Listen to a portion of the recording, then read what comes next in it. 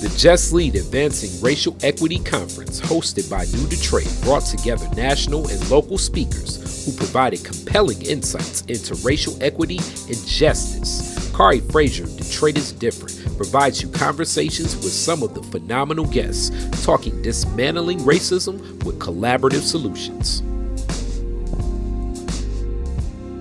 I'm Freda Sampson at the Just Lead Conference for New Detroit Incorporated. Yeah, rolling. Detroit is different with New Detroit in the Just Lead Conference 2023, and definitely somebody of the Detroit is Different family, and also one of my big homies. And if you don't know what that means mentor, and somebody always entrenched in culture and community, hence the Detroit is Different. Freda Sampson, how are you today? Khary, I am so good. How are you? It's good to see you. Always. Yes, you are the man. You are handling it, and I'm very proud of all that you're doing to make a difference. All right, thank you. And as people know, it wouldn't even be a premise of doing some of this culture and community stuff if it wasn't people such as yourself already showing how the Legos come together. Make that building block. Business. Yes, sir. And then also, we gonna always talk that culture and community where people always say, that don't make no sense in business, but we make it make sense. That's it. So with that, racial equity. Yes, sir. Moderating a discussion on that. It's in the shadows of big discussions about, will affirmative action even exist? At the hands of, as we see sometimes, as they say, just because you're black don't necessarily mean you're identifying with the people, because one of the justices that sits there that's fighting against this, as we know, Clarence Thomas. And It's not just Clarence Thomas, it's an ideology right now of, we're past that. America is this post-racial America. Where does a discussion about racial equity stand when things like affirmative action that we thought that would exist for forever are being in question right now, if they do exist? Yeah, I thank you for the question. Many layers to that question, so I'll try to honor it to the best of my ability. If I forget something, just bring it back in for me, okay? But fundamentally, when we look at history, when we take that retrospective and really delve into the depths and the corners and the crevices of history, it becomes clear that the experiences that we're having now are really not that unique. We have, in the narrative of this nation, have always had this substantial kind of ebb and flow in terms of progress made, progress lost, progress made, progress lost. And so even when we drill down and talk about where we are, and in the space around affirmative action specifically, understanding, to your point, that not everyone is for us, is indicative of the work must continue. And so despite the fact that this is the story in this moment, doesn't mean that this will be the story in the next. And that is why racial equity and this conversation of equity and experiences like what we're having today matters, because we don't rest, right? We don't stop because there are those who don't believe what we are doing and what we're experiencing and what has come before us to help construct who we are today doesn't matter.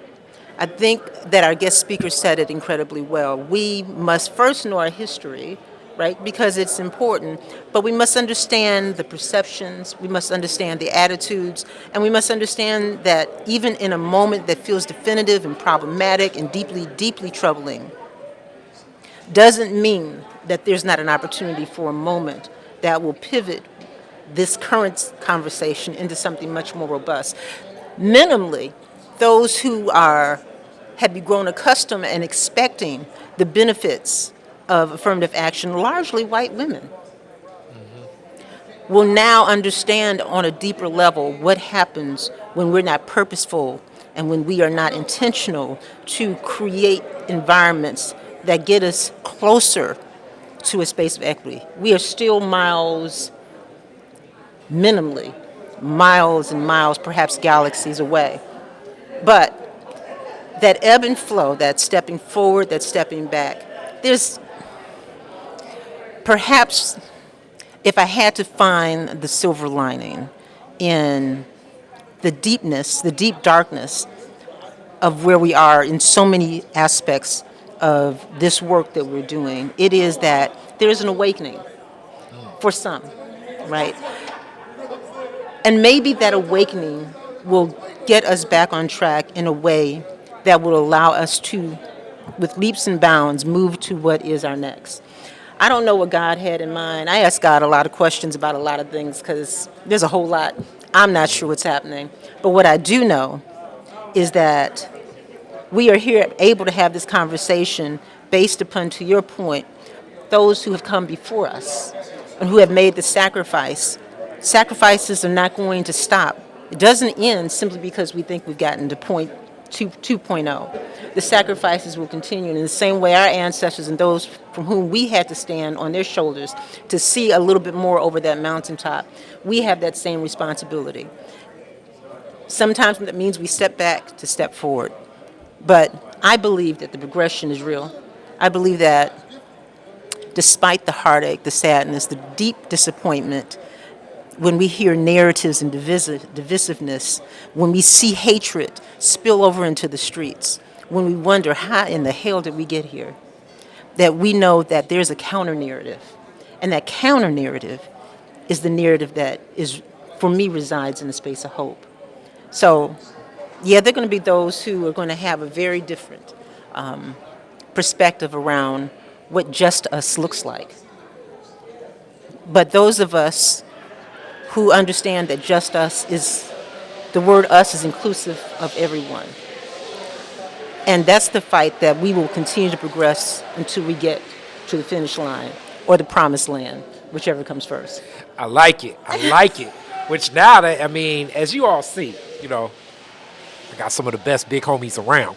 So, along with that, I mean, just one more question that I have in reference to this. So you unpack that so well, so wonderfully about the commitment on all sides of pushing forward. For those of us that work in this work, you've been in this space for a long time.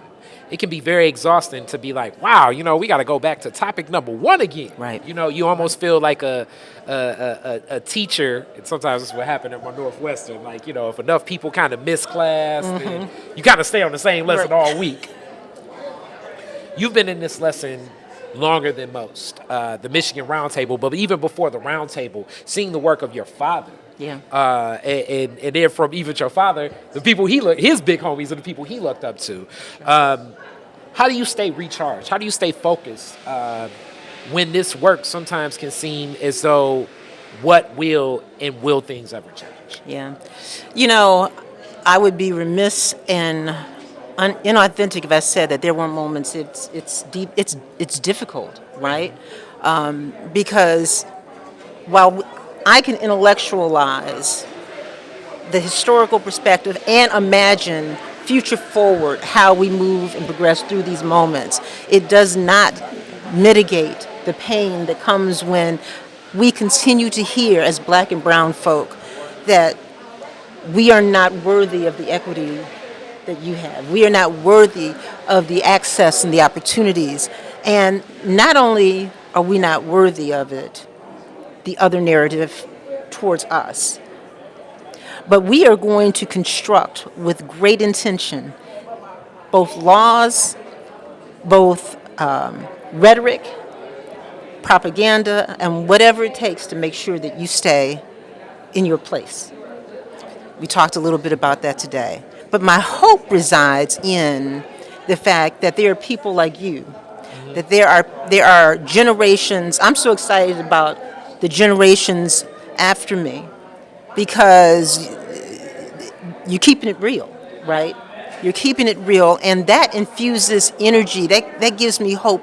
That gives me aspirations that we are going to make a difference. As I said, I'm not contradicting myself. I know unequivocally we are going to make a difference, but I also know that there is a time and a place that I have got to honor, respect, and value those who are the strength and the energy, and myself and my colleagues and perhaps my father's generation, the wisdom of the moments and the experiences, that collective. It is the relationship. We talked about relationships in the panel conversation. Those relationships are intercultural relationships. Those relationships are familiar relationships. It is the relationships that I lean on, that I'm excited about, that assures for me that we're going to progress this conversation forward. And it's not just a conversation, it's going to be a way of life.